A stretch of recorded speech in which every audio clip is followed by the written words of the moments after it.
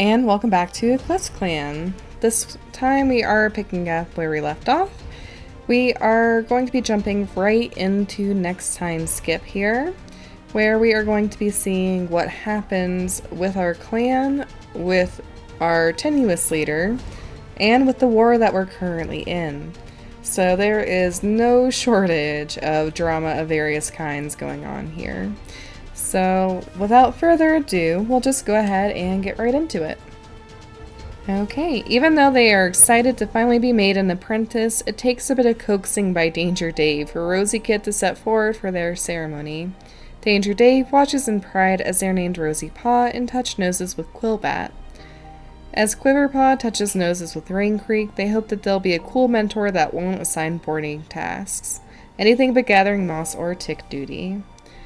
So, I'm going to have to update our generators to reflect these new apprentices here, but I'm really excited to see what happens with them. Claw Splinter and Hocus Pocus's eyes meet over their litter of 4 kits full of love for their growing family. Rumors reach our clan that the exiled Half-Shade has died recently. We'll go ahead and shift Half-Shade over to Sark Clan, since I don't remember that they did anything necessarily bad.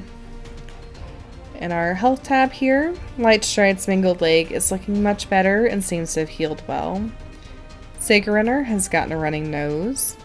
Barleypaw's running nose has finally stopped running meanwhile, and Birchkit's running nose has stopped as well. Murmurings, a peace between EclipseClan and WillowClan, permeated at the last gathering. But my lesson is learned from last time. This does not mean that the war is off, just that we're considering it. So we'll still be rolling our generator, and with the addition of Apricot Trot being found out to be a possible spy for WillowClan, we have a few extra bits of drama that could happen. But none of that, of course, is guaranteed. It is slightly at increased chances, along with problems with Peakfur and her kits, but really anything could happen anyway.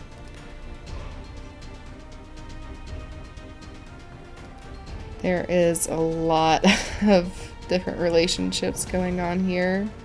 I'm noticing Danger Dave popping up quite a bit here, though. Let's go ahead and take a look at our cats, though.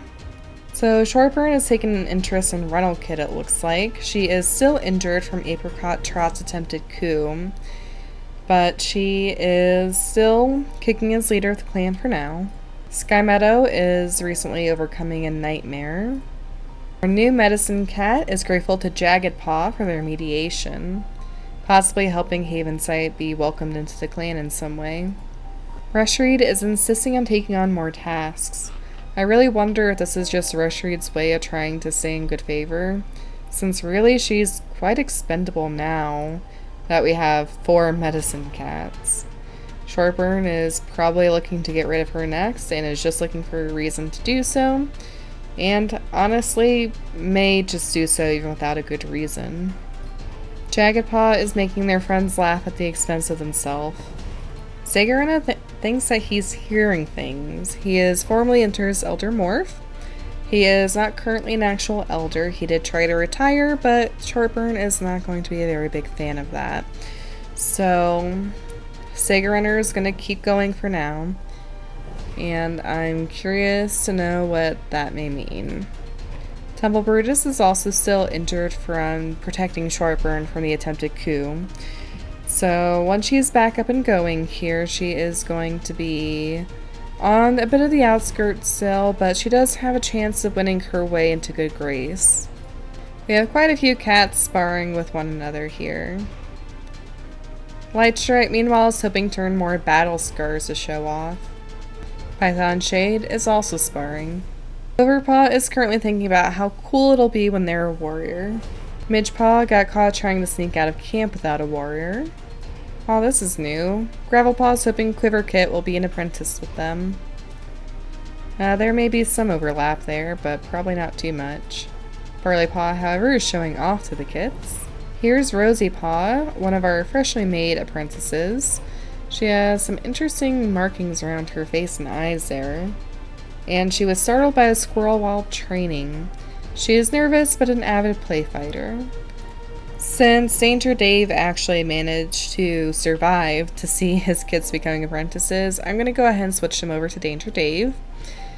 But we'll see if we're able to keep that up. Same with Quiverpaw here. There we go. Danger Dave really does have some good traits to pass down anyway, so I'm not really too concerned about that. Dandelion Kit is not wanting to grow up yet. They don't have much time though, really. This litter here is at 5 moons, so next time they'll be apprentices.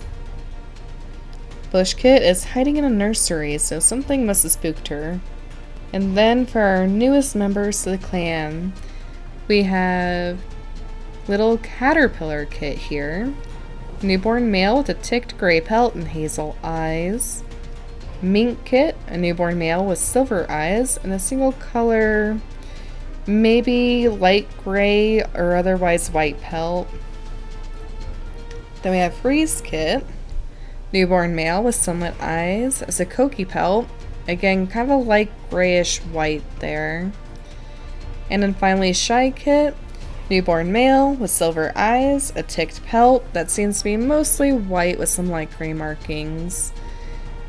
And ironically, Shy Kit here has a bullying nature, which is good for this clan, but it's not the most fitting of names. So, their parents are Claw Splinter and Hocus Pocus. Generally, this light gray / white coloration really makes sense between these two here. So, it'll be interesting to see what they look like grown up. I have a feeling they're going to favor Hocus Pocus more than Claw Splinter, though.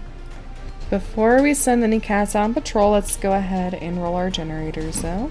Okay, so Python Fleck and Hocus Pocus are seen talking. It seems Python Fleck is disagreeing with whatever the discussion is about. So Python Fleck is not agreeing with Hocus Pocus, so we'll go ahead and lower their relationship value, but that also means Python Fleck may be going against Shortburn in the long run. Go and Sabotage. They didn't have very great feelings for one another before anyway, so now they're even closer to neutral. EclipseClan and WillowClan hesitate to give away their next steps. Nothing much happens as a result. So, unfortunately, the generator does kind of back up that we're going towards peace here. But knowing how Shortburn operates, I don't think that's going to take very long before something else happens. We'll go ahead and just generate a few random cats here. Just to get Pawpaw some extra practice there. All of our medicine cats have a pretty okay time.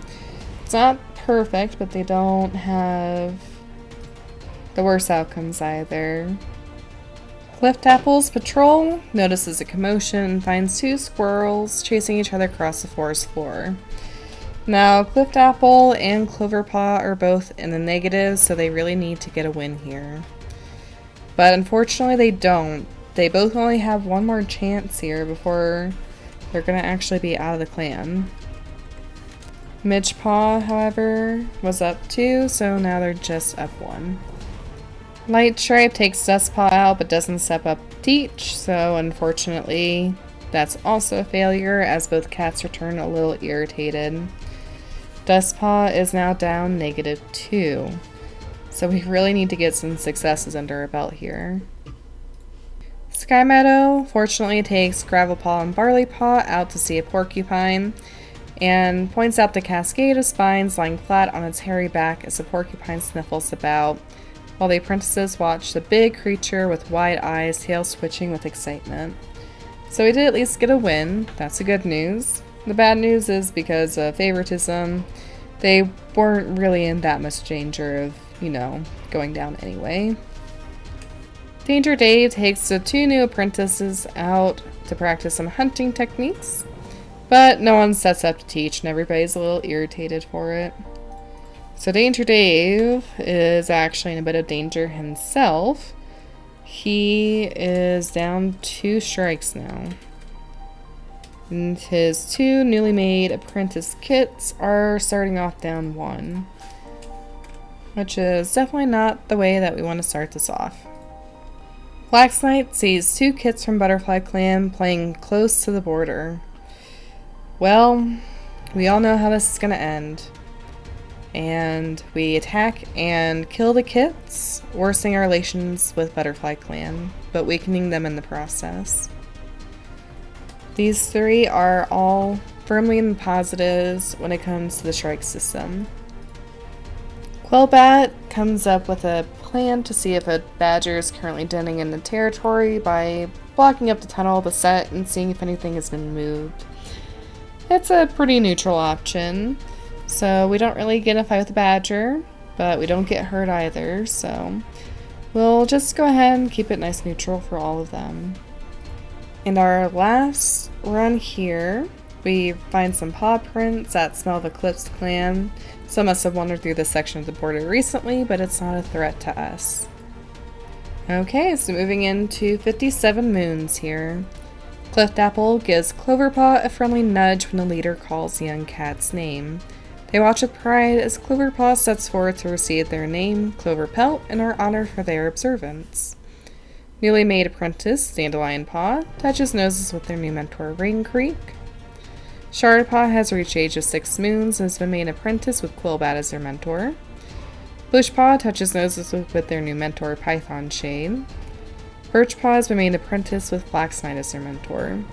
We'll go through and probably change some mentors around as we go here, though. Shortburn is finding it hard to be cheerful with how sore their twisted leg is. I don't imagine Shortburn is usually very cheerful anyway. Hocus Pocus and Light Stripe have both gotten fleas. Sega Runner's nose is no longer running. A fire rages through the forest, and McGaster manages to escape, though not unscathed by the experience. So he probably sustained some burns. Dustpaw has gotten heat exhaustion, possibly tied to a fire situation. Midgepaw has gotten fleas. Flaxknight is no longer sore. Barleypaw and Havensight have both gotten heat exhaustion. All of our Oakleys have also gone bad and will have to be replaced. Sega Runner believes that they are part of a new prophecy. I'm a little concerned about Sega Runner since they were hearing stuff last moon too. Probably thinking it's whispers from their ancestors. A truce is called and the war between Willow Clan and EclipseClan is ended. So we won't roll the war generator anymore. It was kind of a fizzle end to the war. But given our reputation, I really don't think that we're going to have any delays when it comes to encountering another war. There's just way too many relationships here for us to really go through this in a meaningful way. So I probably won't scroll while it's this long. We'll just kind of check on cast relationships regularly and see what's developing, I think. I'll mostly make note of if it gets to like either really strong love or really strong hate, or if they're kind of trending in that way. So Sharpburn is sore this moon, and she's definitely taking out her mood on others by encouraging warriors to start fights on border patrols. So Shortburn, I don't think, really got notice of the peace. I think Willow Clan probably just called it, and Shortburn's like, what do you mean? I don't want there to be peace. I want to keep fighting. Havensight is one of the cats afflicted by heat exhaustion. I'm kind of going between two different things for why so many cats are afflicted by heat exhaustion, but so few were afflicted by the actual fire and burns. One possibility is that Shortburn sent McAster out of the territory to go spy. I really wouldn't put it past her. And whatever area McAster was in was actually what burned, and he tried to escape from there. While he made it out, he didn't make it out unscathed. The other possibility is just that we had enough forewarning, or this is far enough away, that we were affected somewhat by the fire with the heat or smoke, but nobody besides McAster is actually burned. I think it's just more likely that the fire started from intense heat, which is making the cat sick, and Shortburn had sent McAster out on a spying mission in a different part of the territory, Or even McAster is just out on his own, which with this clan is definitely a possibility. And he just so happened to be in the wrong place at the wrong time. So let me know your guys' thoughts there. Class Splinter is currently seeking out a place where she can be by herself for a little bit. With 4 new kits, I'm sure she's really feeling the effects of all of those kits climbing all over her all the time. Condor Fern recently spent the night outside of camp. I don't really get the impression from Condor Fern that she dislikes her mother enough to try and be usurping her behind her back. I honestly feel like Condor Fern is probably just exploring some other territories or meeting some other cats outside of the camp. Okay, so here's Clover Pelt, one of our newer warriors. She's sneaky and a formidable fighter. So Clover Pelt here is going to fit in pretty well with the rest of the clan. But she does really need to prove herself because she's down 2 strikes already. And she's currently avoiding whatever the conversation topic at Pot is. Barley Pot is sick with heat exhaustion. He's one of the cats afflicted. But he's currently biting into prey, pretending it's another cat's pelt. I feel like Barley Pot is one of those cats that's also really upset that the war is over without him really having a chance at glory fighting another clan. Or getting a chance to experience what that's really like, so I guess we'll see how Barley Paw turns out. Okay, so here's Dandelion Paw. He's currently snapping another apprentice. He turned out to be vengeful and is quick to make peace. So I kind of get the feeling that Dandelion Paw is one of those cats that is very meticulous about what they do and how they enact revenge. In the sense that they'll kind of plan ahead and they'll do something really bad, but then when confronted, they'll be very quick to apologize, and the other cat's like, oh, well, I didn't realize you didn't mean it like that, so I'll forgive you. And then Dandelion Paw is just, manipulator, yep, that's about what I expected. I'm gonna do it again. Shard Paw turned out to be rebellious, also quick to make peace. So maybe a similar kind of trait going on there. Currently thinking about the time they caught a huge rabbit. Dandelion Paw's mentor is already Rain Creek, their parent. So we'll go ahead and just switch over Shard Paw to Rain Creek as well. Ironically, this is one of the times I almost don't want to have that rule in place because they have a very good possible nature for this clan. And Rain Creek is just kind of neutral to the lower end of good for this clan. So it's not like they're going to really be groomed into their full potential. They could just end up more reflective of Rain Creek. Bushpaw is helping Gravelpaw perfect a fighting pose. She's cold but quick to help, so I kind of get the feeling that they're all just kind of like that. And then there's Birchpaw, who got caught trying to sneak out of camp without a warrior. He is childish and a mossball hunter. So I feel like he's probably the most just reflective of a normal cat his age. Skunk Kit is still a couple moons away alongside their sibling Rental Kit. They have honestly just been very quietly here. Here's Caterpillar Kit, a little bit more grown up now. He's regretting eating the bug that he just caught. He is daring but quick to make peace. Mink Kit is a little bit more grown up. I'm still struggling to see what... Oh no, their pelt is single color, not striped. Okay. I was gonna say, I'm struggling to see the single stripe on their pelt, but that would explain that. Freeze Kit is being extra fluffy today. It looks like... I don't know how well this is gonna show up, but it looks like Freeze Kit has just a barest light gray with darker gray stripes. And then possibly a white muzzle and white little boots on all 4 feet as far as I can tell. The difference in those colorations is very minimal, so I'd be very surprised if anybody else could see that.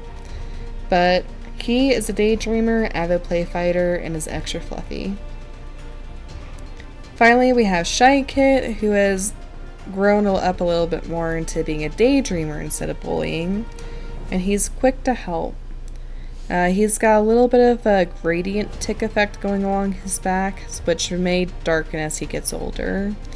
I feel like he's going to be the most reflective of Hocus Pocus. Haven Sights really developed a pretty strong relationship with Danger Dave. Okay, it looks like Rushreed's developing feelings for Claw Splinter and Flax Knight, but she also kind of dislikes Flax Knight, so love-hate relationship, I guess. And so this affiliation for Claw Splinter could be part of the source of tension between her and Shortburn too, since Shortburn and Claw Splinter are mates.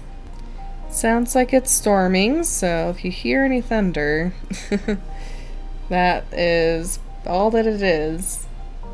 But with all the usual noises, it probably won't pick up. It looks like Claw Splinter may have a little bit of feeling for Rushreed in return. Not nearly as much as she does for Shortburn or Hocus Pocus, but definitely not nothing. It looks like Flax Knight does return Rushreed's feelings, so including that little hint of dislike, though his are generally a little bit more positive. So we can see how that goes. I can totally see at least Rushreed leaning towards a relationship just to say that she's moved on, and then she's not actually moved on. Shortburn randomly decides to send Rushreed on patrol by themselves. They complain loudly but leave anyway, worsening their relationship. So Shortburn's definitely targeting Rushreed here, and we will reflect that accordingly. Since we don't have any war things to roll, we'll just generate 2 random cats here. Okay, so nothing else really interesting is going on with their relationships there. So we'll just go ahead, jump into our patrols, and see if anything interesting happens there. We do have quite a few new apprentices, so I'm sure something is bound to happen. Sky Meadow once again has a very good training patrol with Midgepaw and Gravelpaw. Okay, Danger Dave is in the red zone, so he really needs to be successful on this. I'm actually going to go ahead and pair him with our most experienced cat in the hopes that some of it's going to balance out somewhere so he can at least get some successes under his belt here. We'll send him on border patrol though. Looks like we encounter a small dog right on the border. I think we should be able to at least handle that. All of Quiverpaw's attempts to drive the small dog off only send into greater and greater fits of excitement, until the only thing to do is wait exasperatedly in a safe spot until the beast calms down. Well, no one got hurt, and no one actually drove away the dog, so I'm gonna go ahead, we'll keep it neutral, so everybody is exactly where they are, which means Danger Dave is still in the danger zone, but he's at least not out. If he had gotten bit by the dog, or if the apprentices had gotten bit by a dog, that would have been it. Ring Creek has a very good ratio into the positive and has 4 kits to train. So we'll go ahead and send them out on training patrol, and hopefully we'll keep a good thing going. And it looks like we do. We find a nice sunny spot, and the cats have a successful training session, swapping tips and advice as they stretch and bask. Perfect, that's exactly what we need more of. Hocus Pocus spots a bush of red berries. I'm not even going to risk with him. I'm sure he's not going to eat dangerous berries as a very experienced medicine cat. But I don't even want to think about it. He's got plenty of passes. He'll recuperate next time. Flax Knight, I accidentally sent out on patrol by himself since I was just trying to get all the medicine cats out. And Flax Knight ends up lunging after a rat, but it quickly skitters away. Black Knight lands in a stream and gets a face full of water for their trouble. So, not great, but that only brings Black Knight down to neutral, so no harm, no foul on this go here. As for the medicine cats, it wasn't really a very successful run. All of the herbs were ruined before we got there, so not good for any of them.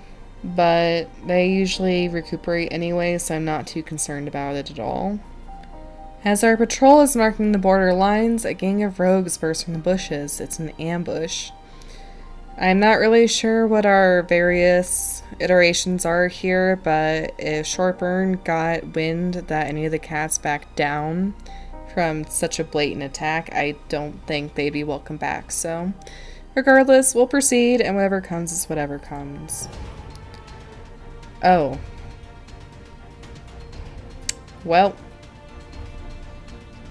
That is really unfortunate. Okay. The rogues are terrifyingly coordinated and are quick to use the patrol's shock and confusion against them. The patrol cats are picked off one by one, only Boulder Hawk managing to escape the slaughter. Light Stripe, our shiny Python Shade, and Moss Sun have all died. Okay. I don't think Python Shade did enough good to go to Sarklan.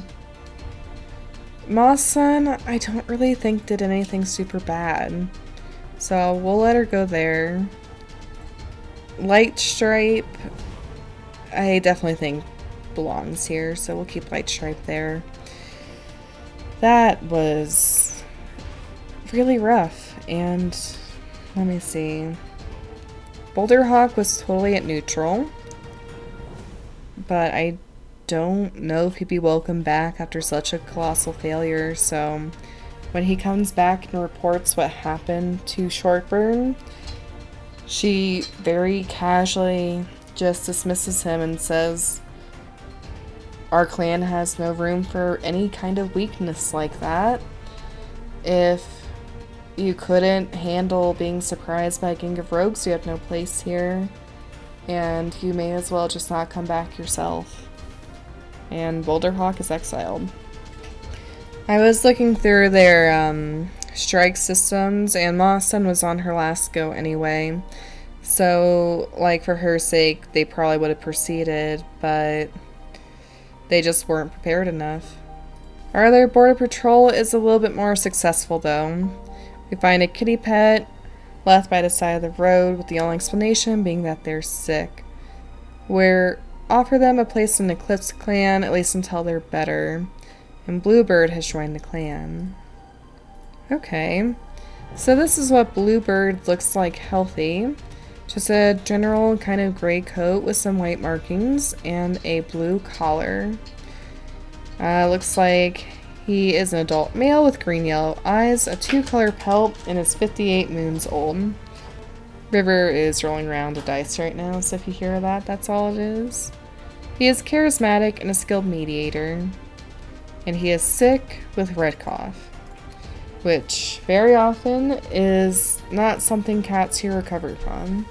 So let's keep our fingers crossed for him, because he could be a good mediator to have on board. I think we'll go ahead and leave it off here. It may be a little bit longer than what I'm trying to aim for anyway. So if it is, I apologize for that. But I do hope that you enjoyed today's episode regardless. Whoop. Moving my entire desk, apparently. I do hope that you enjoyed today's episode regardless. I will see you all next time. Until then, stay safe, stay happy, and bye!